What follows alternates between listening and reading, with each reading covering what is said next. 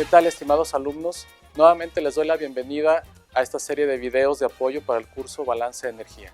En esta ocasión vamos a hablar acerca de cómo calcular el delta H para procesos con sustancias puras. Supongamos que tenemos un proceso en donde una cantidad de moles N es sometida a un cambio en la presión y en la temperatura. La pregunta es cómo calcular el cambio de entalpía.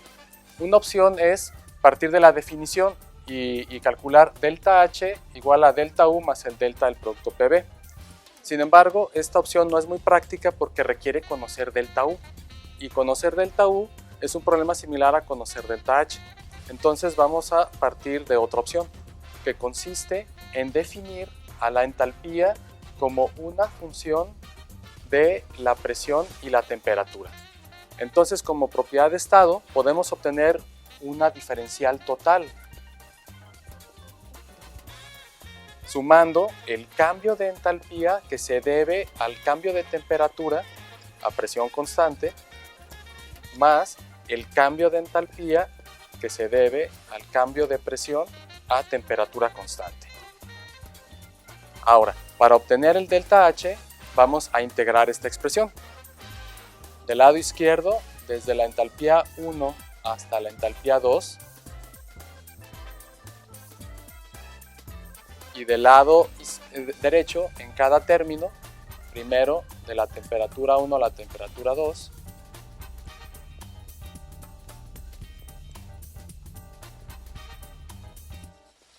y finalmente de presión 1 a presión 2.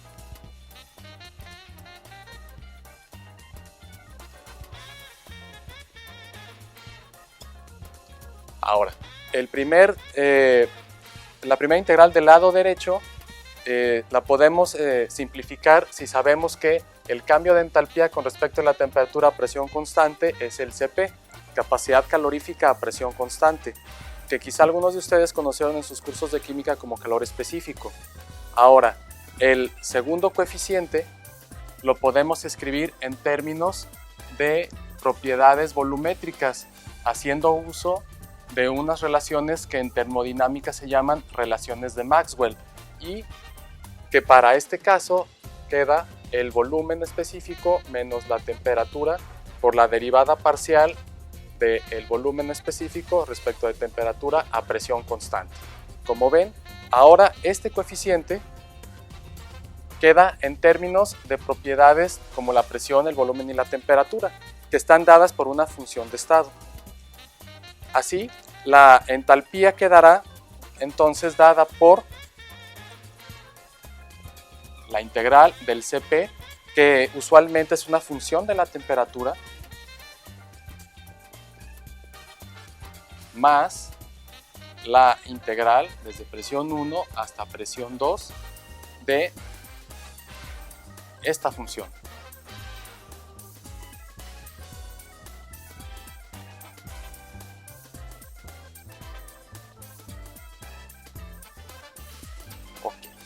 Ahora, hay tablas y nomogramas, etcétera, de funciones de Cp en términos de T. La cuestión ahora es, ¿qué vamos a hacer con este coeficiente?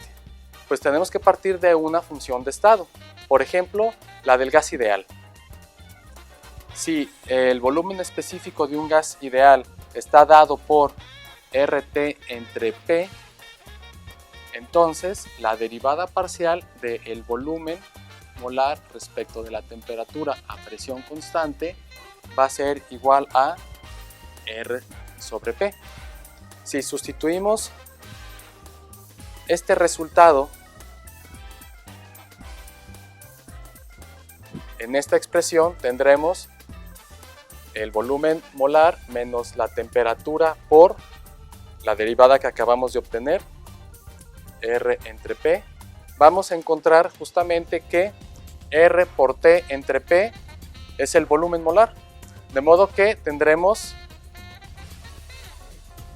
volumen molar menos volumen molar, lo que da obviamente 0, y este es un resultado importante porque entonces para un gas ideal tendremos que delta H solamente va a ser una función de la temperatura.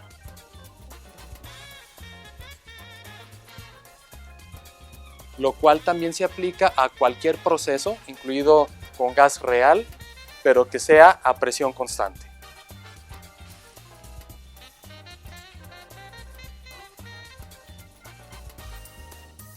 Continuamos hablando acerca del cálculo del ΔH para sustancias puras. Recién acabamos de ver cómo calcularlo utilizando una integral, el CP, la integral de CP de T, y para el caso de gases reales y procesos que no son isobáricos, el uso de ecuaciones de estado para calcular el ΔH. Ahora vamos a ver otra opción, y esto es el uso de entalpías específicas. H2 es la entalpía específica de la sustancia a las condiciones 2, que es la salida del proceso.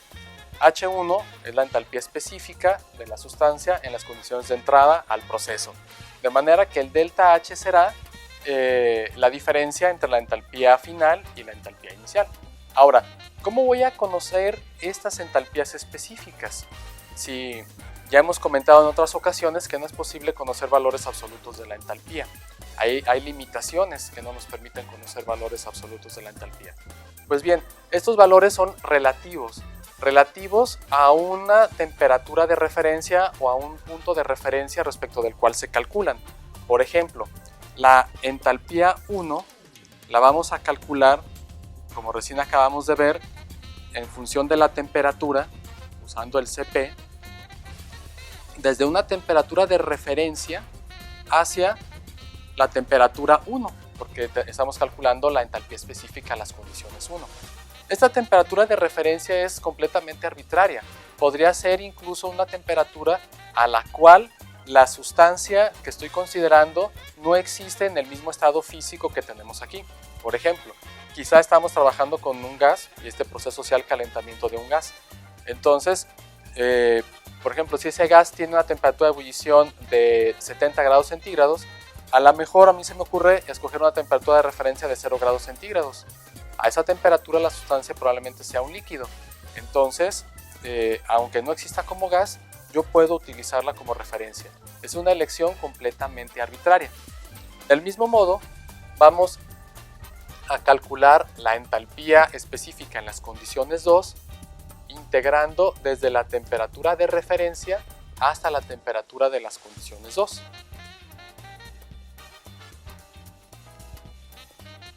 De manera que si lo vemos en un diagrama, esta línea simboliza la temperatura de referencia. El primer cálculo, desde la temperatura de referencia hasta la temperatura 1, me da la entalpía específica a las condiciones 1. Y el segundo cálculo hasta la temperatura 2 me da la entalpía específica 2. De manera que el ΔH estará dado por esta diferencia. Y como pueden ver, el valor de esta diferencia no depende de la elección de la temperatura de referencia. ¿Sí? Entonces, este valor será arbitrario y lo podemos elegir a nuestra entera conveniencia.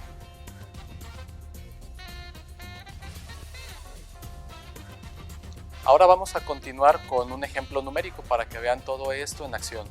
Vamos a suponer que tengo un proceso en donde se está calentando amoníaco que fluye a una tasa de 2.3 mol por segundo. El proceso, como pueden ver, es isobárico y vamos a calentar el amoníaco de 20 grados centígrados a 120 grados centígrados.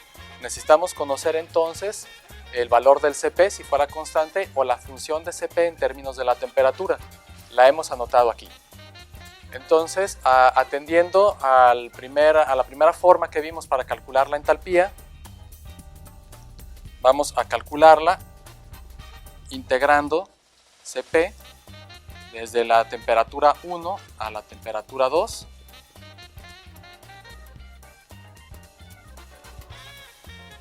Y esto significa integrar desde 20 grados centígrados a 120 grados centígrados la función que no voy a repetir aquí, pero es la que está escrita como dato, y esta integral nos da como resultado 3.72 kilojoules por mol.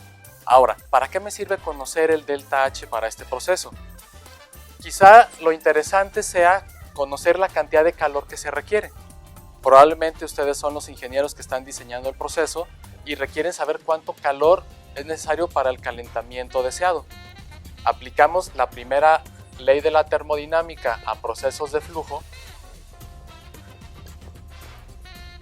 que nos dice que el cambio en la energía total del sistema es igual al calor recibido menos el trabajo de eje realizado. Comenzamos por simplificar esta ecuación. Es fácil ver que en un proceso como este, los cambios de energía cinética e energía potencial son cero o despreciables. No hay una propela que esté agitando el amoníaco, ni hay una bomba que lo esté impulsando, por lo tanto el trabajo de eje es cero. Y entonces el calor es igual al delta H. Por lo tanto, estamos buscando la cantidad de calor necesaria y la ecuación de balance de energía nos dice que es igual a delta H. Pero es delta H punto, o sea, la tasa de cambio de la entalpía. Esto se calcula usando el flujo molar por el delta H específico, que es el que recién acabamos de calcular. Finalmente, sustituimos el flujo molar con el dato que tenemos y el valor del delta H específico que acabamos de calcular.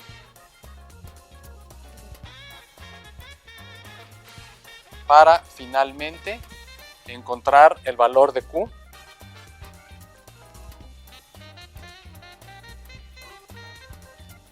y con este dato ya podríamos hacer el diseño de este proceso.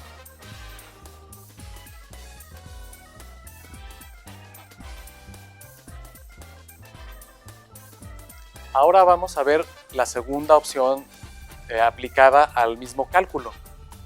En esta segunda opción tenemos que conocer el valor de las entalpías relativas en las condiciones de salida y en las condiciones de entrada, o estado 1 y estado 2. Para eso tenemos que hacer uso de la definición de una temperatura de referencia. Arbitrariamente podemos elegir el valor que queramos. Vamos a elegir en este ejemplo 0 grados centígrados. Entonces será la integral desde 0 a t de Cp en función de t de t. Entonces, para la entalpía específica del estado 1 será la integral desde 0 hasta 20, que es la temperatura del estado 1, por la integral de Cp de t, y la entalpía específica 2 será la integral desde 0 hasta 120 grados centígrados de Cp de t de t. Ok, ahora después de hacer la integral de esta función, podemos llenar esta tablita escribiendo los valores. Para la entalpía del estado 1 serán 0.709 kJ por mol. Esto es el resultado de la primera integral. Para la segunda integral tenemos como resultado 4.43 kJ por mol. Ok, ahora sabemos que el cambio de entalpía específica es igual a la diferencia entre la entalpía específica del estado final menos la entalpía específica del estado inicial, que en este caso será la diferencia entre 4.43 y 0.709. Y esta diferencia nos da un valor de 3.72 kJ por mol. El mismo resultado que habíamos obtenido en el ejemplo anterior. Procedemos de la misma manera y la tasa de transferencia de calor es igual a la tasa de cambio de entalpía igual a el flujo molar por el cambio de entalpía específico. Y entonces Q punto será igual a 2.3 mol por segundo por el cambio de entalpía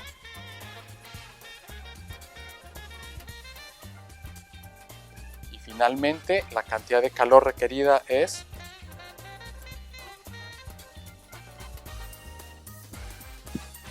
ok. Con esto terminamos este video relativo al cálculo de delta H para sustancias puras. Espero que sea de su utilidad y como siempre estoy abierto a sus dudas.